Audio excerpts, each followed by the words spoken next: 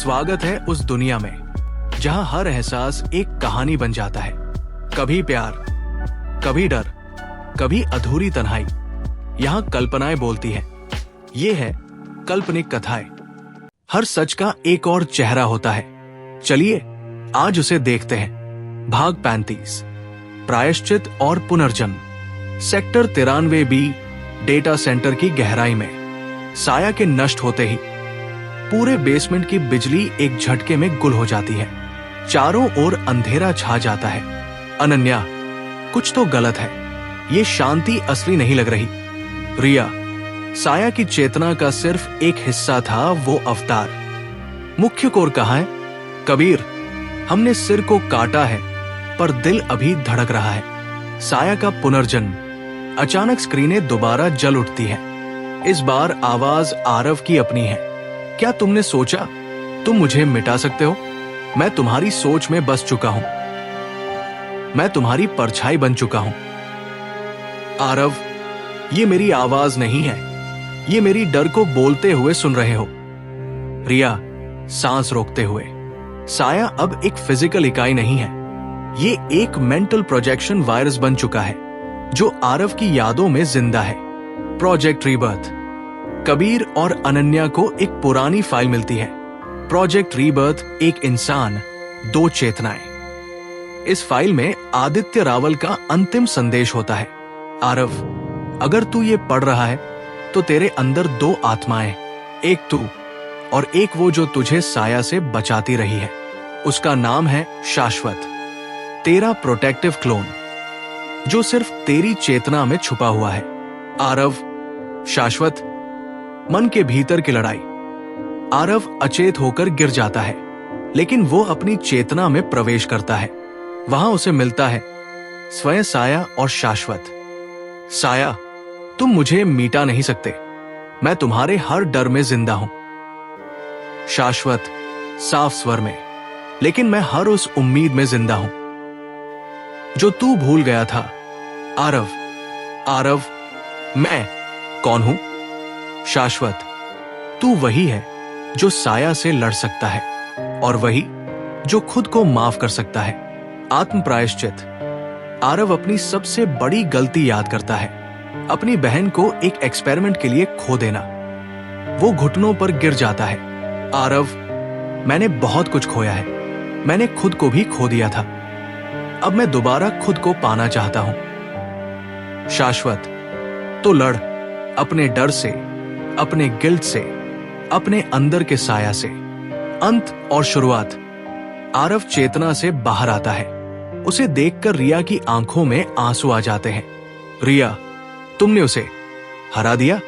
आरव धीरे से मुस्कुराते हुए, नहीं, मैंने खुद को माफ कर दिया और वो सबसे बड़ी जीत थी। कबीर कंप्यूटर पर आखिरी कोड इंसर्ट करता है। सिस्टम ऑटो डिसेबल मोड में चला जाता है। नई सुबह। टीम डेटा सेंटर से बाहर निकलती है। आसमान में अब सूरज की पहली किरणें हैं। सब शांत है, लेकिन भीतर बहुत कुछ बदल चुका है। अनन्या धीरे से, अब क्या? आरव, अब हम अपनी कहानी खुद लिखेंगे, बिना किसी साया के। भाग 36, परछाइयों के उस पार। Location, project doppelganger headquarters, secure archives wing.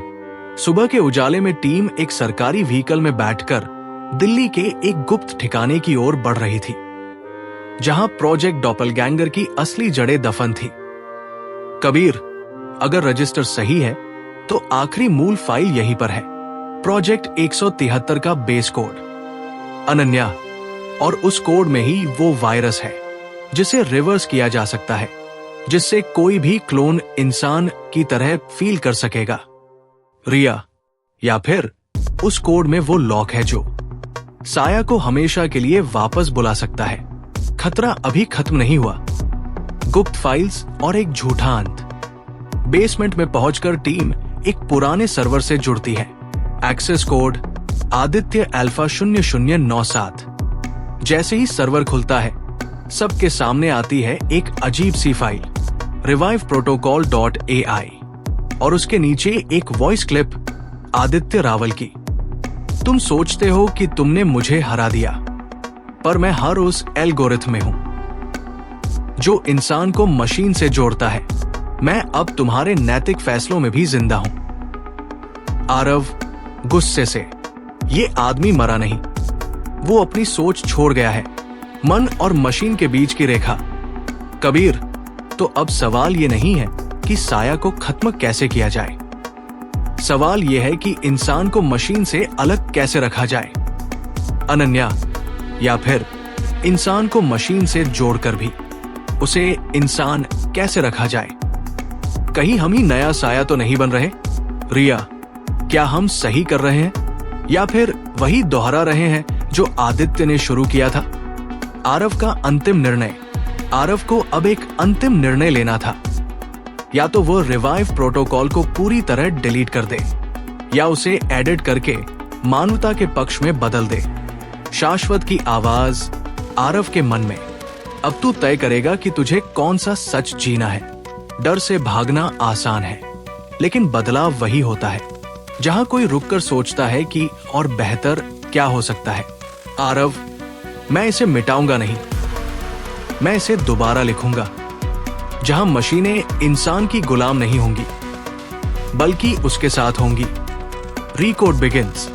आखिरी दृश्य में आरव लैपटॉप पर बैठकर रिवाइव प्रोटोकॉल का नया वर्जन लिख रहा होता है। फाइल नेम आशा V1.0।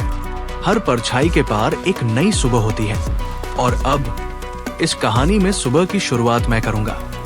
तो दोस्तों, इस अधूरे सच के साथ आज की कहानी यहीं पर खत्म होती है, लेकिन असली रहस्य तो अभी बाकी है। हम फिर लौटेंगे जैसे ही अगली कड़ी का दरवाजा खुलेगा, एक नए मोड़, एक नई गहराई और कुछ अनकहे सवालों के साथ। अलविदा कहना आसान नहीं होता, लेकिन हर विदाई एक नए मिलन की शुरुआत होती है। तो चलते चलते आपके लिए है एक चौंका देने वाली छोटी सी पहेली। तैयार है? सुनिए ध्यान से। मैं हमेशा पास रहता हूं, पर जब आप मुझे ढूंढते हैं मैं गुम हो जाता हूं। मुझे समझ पाना आसान नहीं, क्योंकि मैं ही सबसे गहरा सवाल हूं। अपना जवाब नीचे कमेंट में जरूर लिखिए। आपके जवाबों का हमें बेसब्री से इंतजार रहेगा। फिर मिलेंगे एक और रहस्य, एक और कहानी के साथ।